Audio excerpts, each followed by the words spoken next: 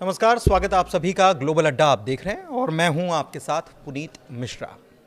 एक बड़ी खबर निकलकर सामने आ रही है और ये रिपोर्ट्स जो हालिया रिपोर्ट्स हैं उसके मुताबिक ये खबर हम आपको बताने जा रहे हैं।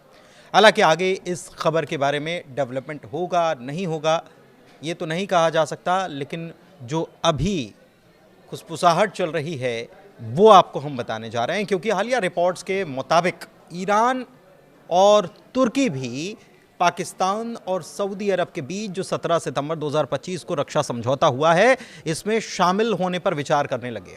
ये पैक्ट इजराइल के कतर पर हमले यानी कि 9 सितंबर 2025 को जो हमला हुआ था उसके बाद एक क्षेत्रीय चिंताओं को लेकर ये किया गया। और कब किया गया ये आपको मालूम है कि इमरजेंसी समिट जो बुलाया गया था उसके अगले दिन खबर आती है और अब इसे इस्लामिक नेटो या अरब नेटो के रूप में भी देखा जा रहा है।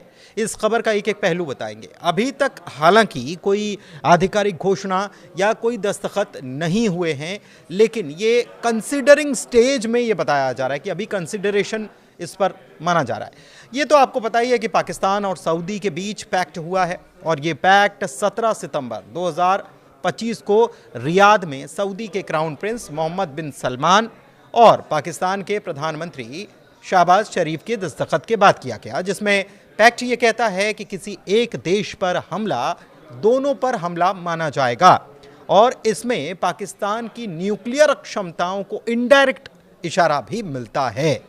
लेकिन क्या ईरान इसमें शामिल हो सकता है? जो खबरें हैं उसके मुताबिक सवाल काफ़ी टेढ़ा है। माना यह जा रहा है कि ईरान सऊदी का पुरानी खटास जो है उसके बाद जिस तरीके से इजराइल के हमले बढ़ रहे हैं, ईरान, लेबनान, कतर जैसे देशों को ये चिंता में डाल रहा है और इसे देखते हुए ईरान इस पैक्ट में शामिल हो भी सकता है।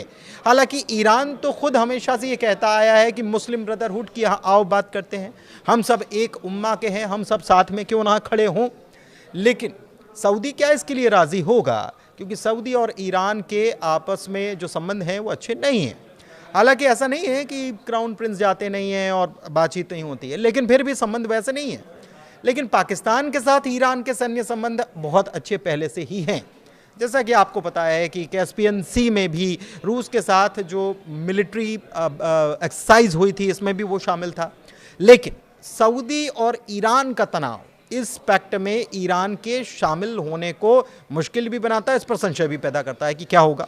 लेकिन तुर्की की अगर बात करें तो नेटो का सदस्य है तुर्की और इसकी वजह से भागीदारी उसकी अगर होती है तो वो काफ़ी गहरी हो सकती है। तुर्की ने पहले ही इजराइल के काम की निंदा की है। दोहा समिट जब हुआ उसमें पाकिस्तान के साथ तुर्की के डिफेंस टाई-अप्स भी हैं, ड्रोन और टेक्नोलॉजी तमाम चीज़ें जो ऑपरेशन सिंदूर के सामने के दौरान हमने देखी थी, ये पहले से मजबूत इनकी चली आ रही है।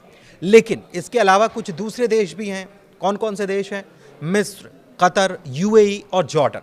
वो भी ऐसा कहा जा रहा है कि इस पैक्ट में शामिल होने पर विचार कर रहे हैं। लेकिन विचार करने वाली बात है, अभी कुछ हुआ नहीं है, ना कहीं पर इसको आगे लेकर कोई चर्चा की जाए या बैठक की जाए, इसको लेकर भी कुछ चीज़ें अभी हैं नहीं। लेकिन पाकिस्तान के डिफेंस मिनिस्टर जो हैं, रक्षा मंत्री ख्वाजा आसिफ, वो क्या कह रहे हैं? वो कह रहे हैं कि doors are not close for the others, यानी कि दरवाजे दूसरों के लिए अभी बंद नहीं है। मतलब वो कह रहे हैं कि आइए हमसे हाथ मिलाइए। इसका असर क्या होगा ये इसको समझ लेते हैं। माना यह जा रहा है कि अगर ऐसा होता है तो क्षेत्रीय संतुलन बिगड़ सकता है। भारत पाकिस्तान का प्रतिद्वंद्वी है और इजराइल, दोनों की ही चिंता इससे बढ़ सकती है। भारत और इजराइल दोनों की फिक्र, चिंता बढ़ सकती है। दूसरी तरफ न्यूक्लियर डिटरेंस का भी असर होने वाला है, क्योंकि पाकिस्तान की 170 प्लस न्यूक्लियर वॉरहेड्स जो हैं, माना जा रहा है कि अगर ऐसा हो जाएगा तो मिडिल ईस्ट में फैल सकती हैं। लेकिन अभी इसे लेकर कोई भी औपचारिक बैठक या कोई टाइमलाइन तय नहीं की गई है कि आगे कब बैठेंगे। लेकिन जो जानकार हैं वो ये कहते हैं इस मामले को लेकर कि ज़मीन पर काम होने से ज़्यादा इसकी हाइप ज़्यादा क्रिएट की जा रही है, हवा बनाया जा रहा है। इसके पीछे सऊदी और ईरान दोनों का एक दूसरे को पसंद ना करना सबसे अहम वजह बताई जा रही है। सोशल मीडिया पर भी इसको लेकर खूब चर्चाएं हो रही हैं। तमाम लोग अपनी अपनी प्रतिक्रिया दे रहे हैं। कुछ लोग इसे मुस्लिम उम्मा की एकता बता रहे हैं तो कुछ कह रहे हैं कि ये पॉसिबल ही नहीं है, यानी कि ये हो नहीं सकता है। अब देखिए, सऊदी जो है पहले से पैक्ट में शामिल हो गया 17 तारीख को, और इसके पीछे कारण क्या था? इजराइल के हमले से उसको एक डर भी है, क्योंकि दोहा में अटैक हुआ तो क्या सऊदी दूर है क्या? दूसरी तरफ पाकिस्तान एक न्यूक्लियर ताकत भी है। और सऊदी ये खुद चाहता है, कहीं ना कहीं ख्वाहिश उसकी है, तमन्ना है कि उसके पास भी न्यूक्लियर हथियार तो हो। भले ही वो इसे मानता ना हो या कभी भीतर ही भीतर उसकी हसरत तो कुछ ऐसी है, भले ही उसने खुलकर कभी कहा नहीं हो। ऐसे में पाकिस्तान से पैक्ट होने के बाद न्यूक्लियर पावर का भी उसे फायदा मिलेगा, ऐसा माना जा रहा है।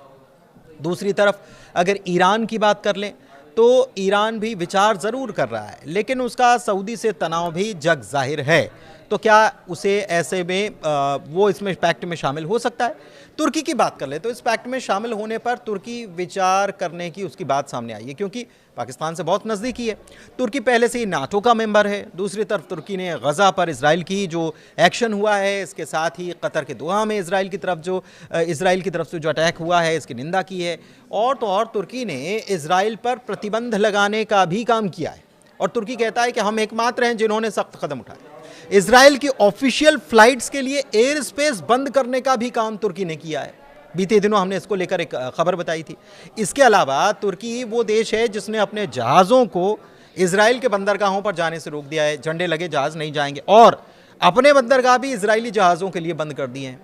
इतना ही नहीं, तुर्की के पाकिस्तान से जो ताल्लुकात हैं बहुत मीठे हैं, और तो और तुर्की भी यही हसरत रखता है। पहले जैसा ऑटोमन उसका एम्पायर हुआ करता था, अब भी उसकी ताकत कुछ वैसी ही बन जाए। वो बार बार अर्दोगन जो हैं वो बार बार इसका जिक्र करते हैं, यानी कि वही न्यूक्लियर ताकत हासिल करने जैसी हसरत।